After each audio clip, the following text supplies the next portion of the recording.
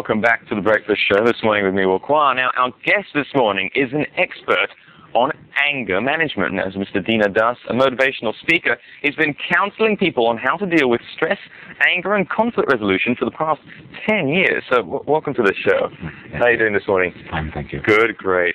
Okay, now, I think, first of all, anger management, everybody hears this term kind of floating around a lot. But what does it actually mean when you say anger management? Well, we've been using this word long before the movie came about. Yeah, I imagine so. But I like to use the word anger management instead of using the word controlling anger, which has an element of repression. Right, because that's true. Repressing it doesn't help. If you stop it one way, it comes out some other way, and eventually it might come out through your hands. Oh dear.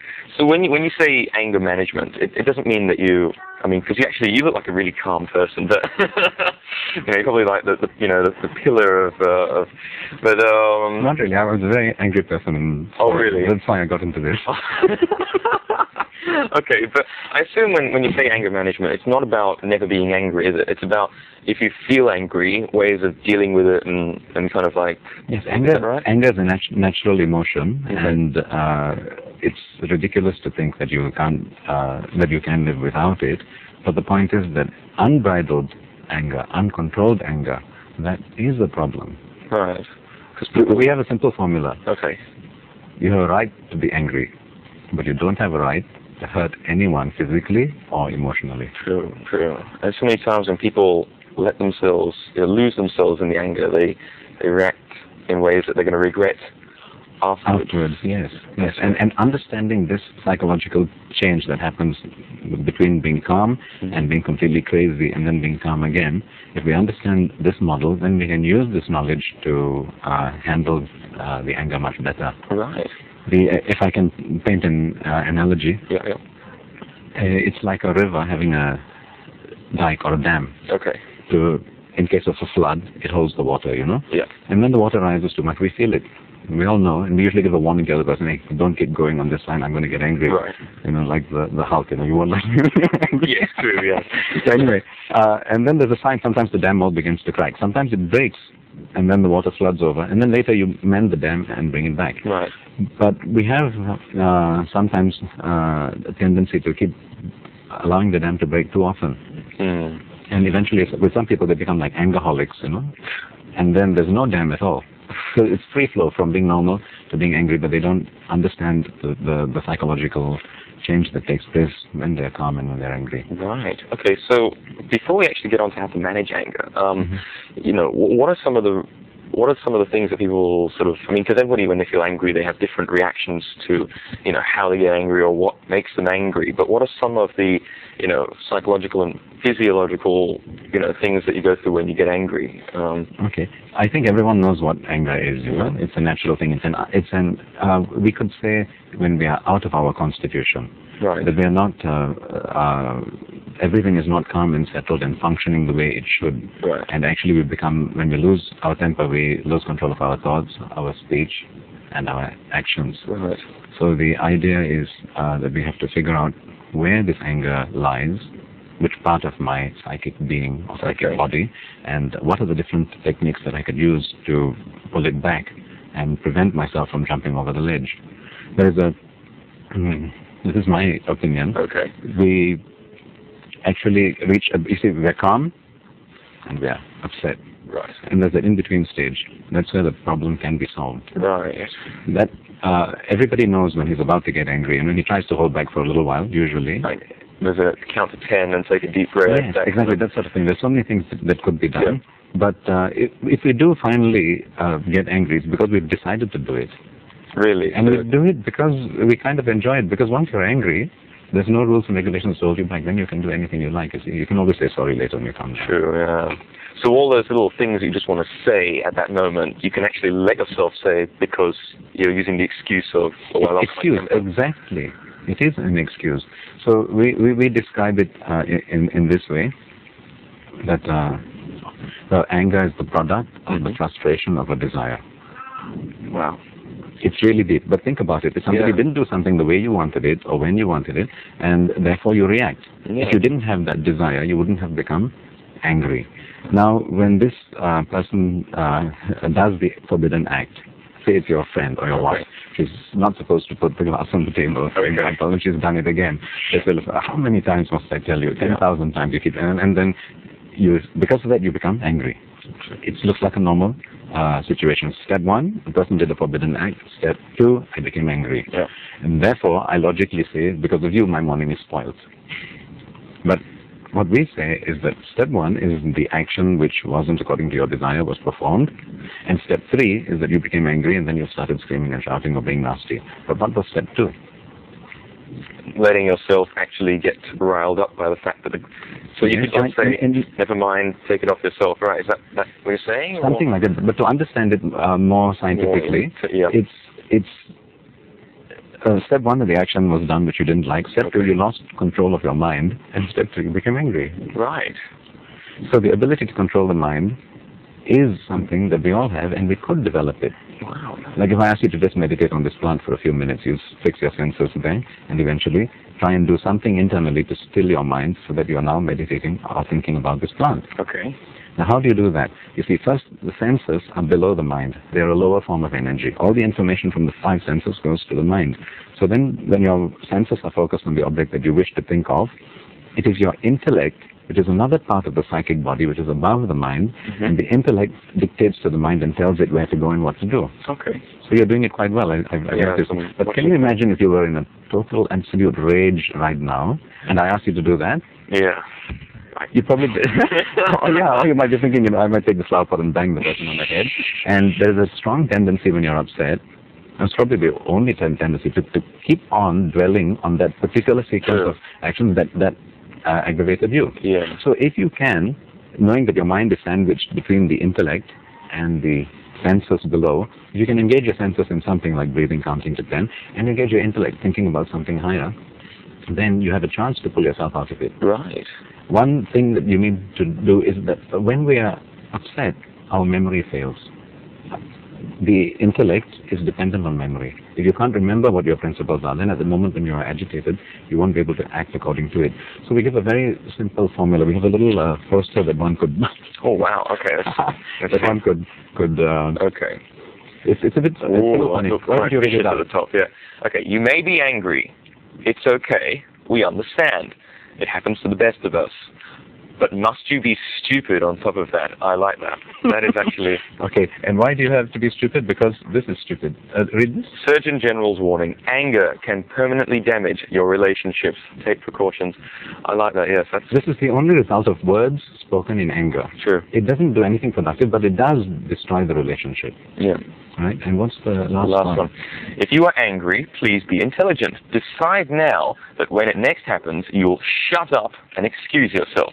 Don't expect to make that decision after becoming angry. You'll only be cheating yourself. I think that's true, actually, because once you actually get to the state of being angry, it's impossible to, well, it's very hard. Exactly, and we know, back down. It's like this, we say that a problem is not a problem once you've identified it and taken all precautions. So if you know that when I'm angry, and if I allow myself to get into the anger, and I'm going to say things that are going to simply spoil my relationship with the person, and it's not going to be productive, so I should take a precaution and understand that I'm going to make this decision when I reach the brink, calm, right, angry. When I reach the brink, I'm going to stop. This is one input to remember. I'm going to make a decision now, but don't decide then. Decide now that I will keep quiet and walk away, even if it's going to humiliate me. But it's good to be humble. Just say, "I'm sorry. I'll talk to you when I'm feeling that time to go away." And there's something. Well, actually, we'll get to that after the break. We've just got to go away for a quick break right now. When we come back, we'll find out the second thing that we can do. So don't go away. We'll be talking more about anger management after the break.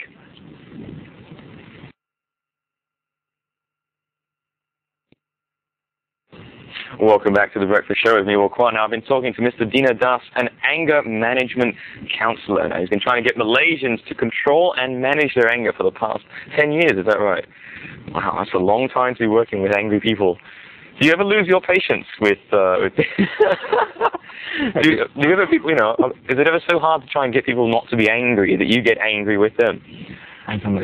I don't think our approach is about trying to get them to not be angry. Okay. That's repression. True. We try to get them to understand where anger lies within their body. Okay.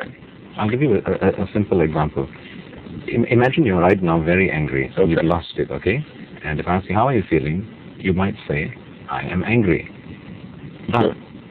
that is a fundamental error. Because you can observe your mind. And you can tell me the state of your mind. Right now you can tell me that your mind is calm. Right. When you're upset, you can tell me my mind is upset. But when you misidentify yourself with your mind, then you're in trouble. And that's what happens when you get angry. The intellect is supposed to control the mind and direct it. But when you become angry, the mind takes over, covers over the intelligence. That's why you lose your rationality. That's why you do stupid things. And then it does whatever it wants. But because you've identified with the mind, you're in cahoots with the enemy. Right. You're actually cooperating with that person or that part of you that is actually destroying you. And then later when you calm down and eventually your intelligence rises back to your normal constitution. And then you feel bad. Then you start feeling bad and then you can't understand why. And you think, I'm a bad person. And if you start judging yourself about it, it doesn't help either. True. So would you say that anger can actually lead to depression and stress as well? Or? Yes, it could lead to all kinds of terrible problems. The people around the person there's two types of people. Some people, everyone has anger. When we get angry sometimes we control it. Maybe we practice techniques to control our anger. Right. But there's some people who've just become addicted to it. And amongst those who are addicted to it, like alcoholics, you'll have those who have admitted the problem and are seeking help, and those who have not admitted it don't realize it, and then the family members suffer like anything. Right. Ever since the article came out about our anger management classes in the Star newspaper on the 15th, many people have been phoning up in both these categories. One category saying, I need help, I'm trying to give it up and I can't. My wife has left me 3 times. It was the last time if I don't get it over, Okay. So I need help. I have to seek help. And the other type is where the family members call and say, my husband or my brother, he's addicted to anger, but he doesn't know it. What can we do? Right. So we've created some programs. We've made an e-group on the internet. Yeah. Where if you send Yes, you were saying you've got a... Yes. Yeah. You send a message to...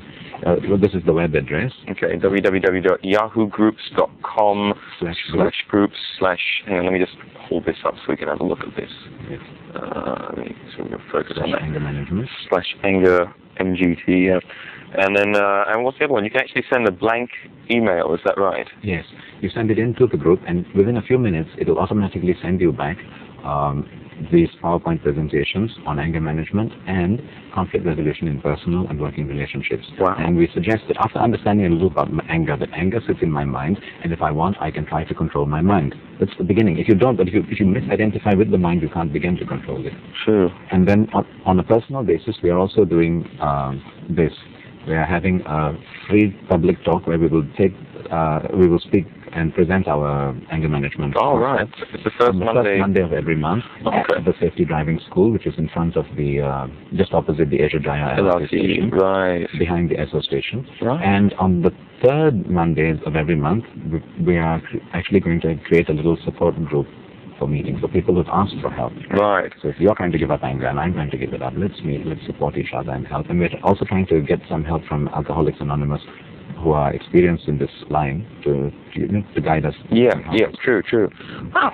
Okay, so how has the feedback been? I mean, because I know that, Asia is a slightly more emotionally repressed sort of country than most other places. A lot of people, they don't really want to open up about their emotions, especially anger and then the emotions that would lead to anger. Yeah. So what's the response like to your classes and things?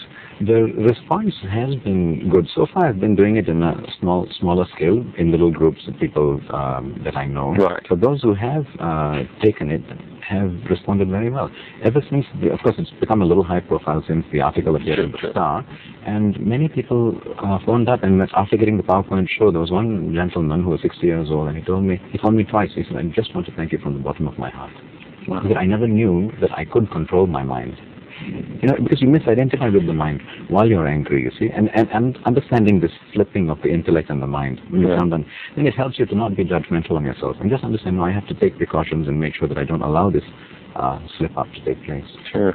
But, a lot of people think, I'm just getting angry, it's not a big deal. But actually, there's quite a lot of cases where, anger can be one of the biggest causes of things like murders and stuff like that. Is that right? Yes, we have this article. This is from the Star on the 21st of April. It's information released by the Internal Security Ministry.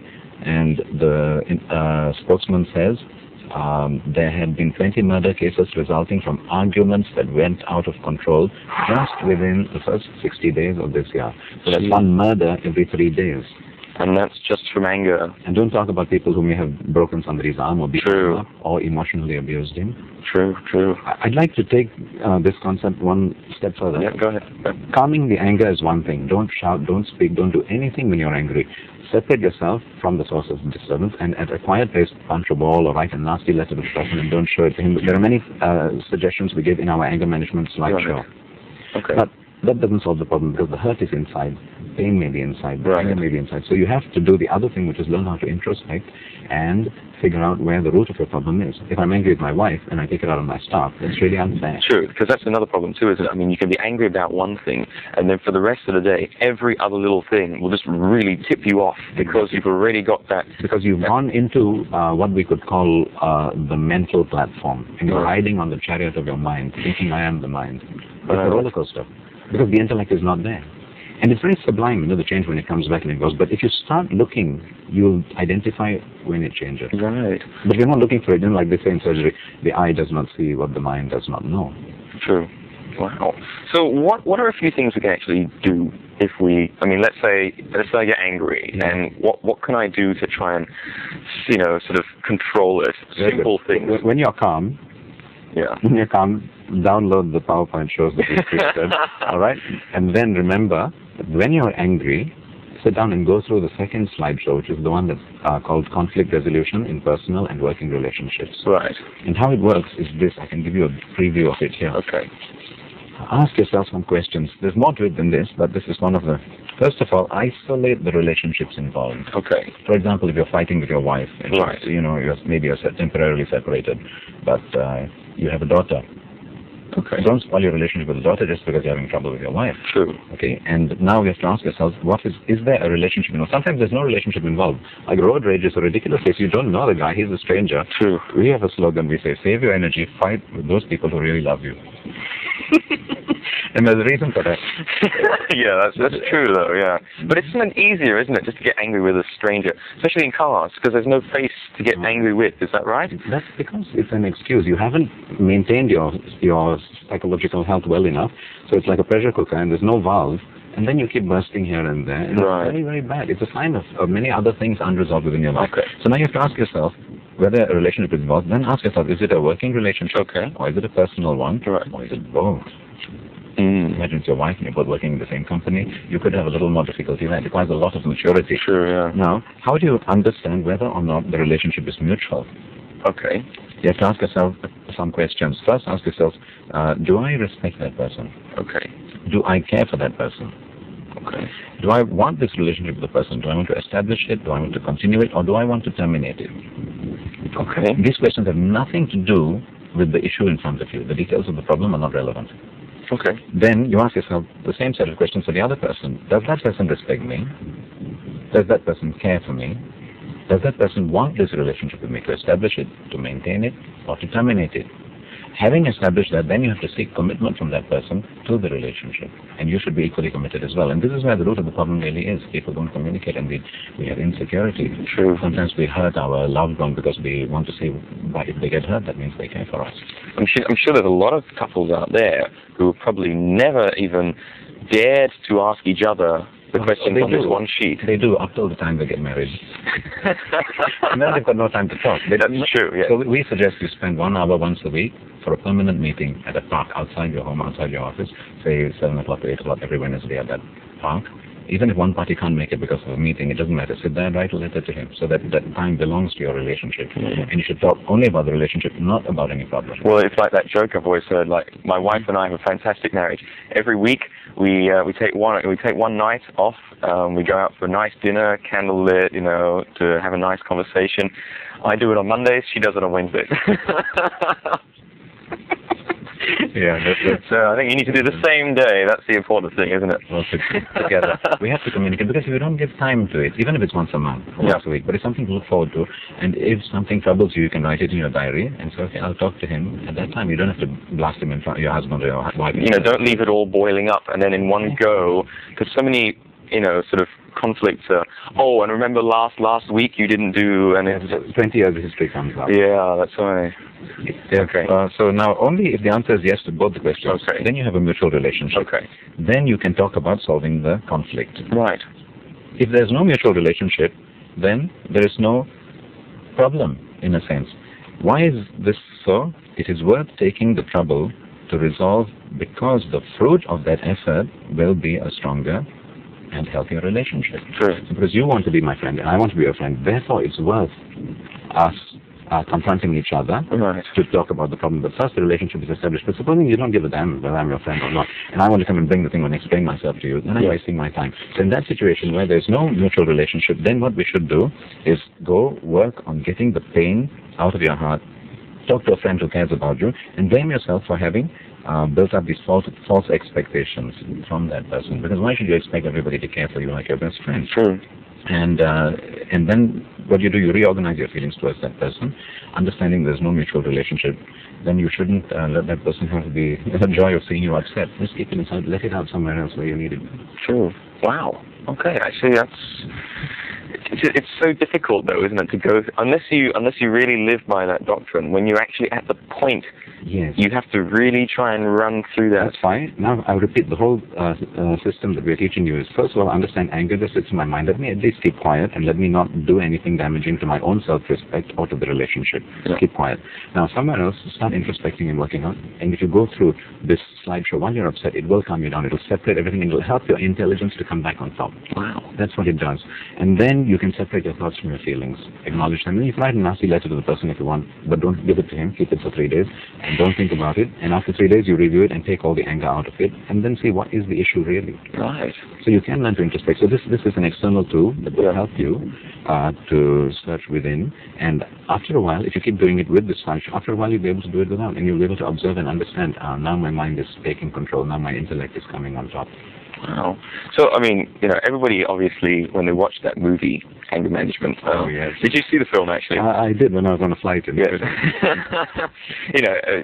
Do any of the concepts in that, the theories really work? Because in that movie, I think they were trying to push him so far over to try and stop a person from just getting, up to that stage of getting angry in the first place. Yeah. I don't think that's really the sort of way you should approach things, is it? I don't know. I think it's very humorous. Maybe it has some idea, but it's never been something that I do. I'm just trying to tell people, something like this famous old saying, above all else to thine own self be true. Right. Even before you can be honest with God, you should be honest with yourself. And we teach people how to search. There is a little poem here, if I may. Yes, do. This would help a person to search within. We say, go and sit down quietly. And apart from spending time with your people who are like your wife or somebody important in your life, spend time with yourself. Sit down for half an hour once a week with a diary and write. And this helps people to open up. Most people are afraid to spend time with themselves, I found, by counseling them. They just don't want to. Only when they have a problem, then they seek somebody's help. Right. So this is a very beautiful poem. Don't be fooled by me. Don't be fooled by the face I wear. For I wear 1,000 masks. Masks that I'm afraid to take off, and none of them is me. Pretending is an art that is second nature with me, but don't be fooled. For God's sake, don't be fooled. And it goes on. Wow. It tells us how to take those masks down and how to be really who we are. Wow. And we should do that in a private, we should actually, place, but we should also know how to put the masks back on when we need them. True, that's true. But I mean, a lot of people, especially, I do keep coming back to the fact that, especially in Asia, a lot of people have trouble, opening. I mean, it's a cultural thing, really. People don't really sort of let their, it's always, if I'm feeling something, I should keep it in, And what I did, because we're from a local Asian family, right. So we had difficulty also trying to open communication channels, and I began to realize that much of the problem is just that we don't talk, so small things build up. And I'm a Singaporean actually, so we grew up near the nature reserve, Makrichi. It's a very beautiful jungle area, and I used to go for walks there regularly. And then I would try to bring my father and my mother and my brother with me to go for the walk. And recently I recommended it about a year ago to a friend of mine. He said, my son is about 15 years old now. I'm afraid he's going further away from me. We don't talk much anymore. So I told him, I said, once a week, just take your son for a walk. He said, but I don't know what to talk to him. If you don't talk, just keep doing the walk thing, and eventually he'll become your friend. He'll open up to you. And after a few weeks, it did. Wow. And later they started playing golf together. Gosh. So I mean, that actually, I mean, when you run your sort of, I can put it to you this way: if you think most of us, who's your best friend? He's the guy who you spent maybe 5 years together in the same classroom because you were together, and it's all the free time in between the periods that you are together. So therefore, your relationship grew, and you had a few knocks, but you mended it, and then it became stronger. Right. But here we don't make time for that. So one little knock, and that's the end of the relationship because there was no commitment to it in the first place. Yeah. So what we say, if you go through the slideshow, it says, don't enter into relationships whimsically. Be sure that it's a mutual relationship, and then spend your energy maintaining it. Right. And there are a lot of guidelines that I have. Fantastic. All right. So just before we go, what's the address again? Oh yes. I think it's here actually. Yes, there we go. So if you'd like to get more information, you can make sure you visit the group. The group's homepage is www.yahoo-groups.com/group/anger MGT. Anger MGT. I don't know if we can.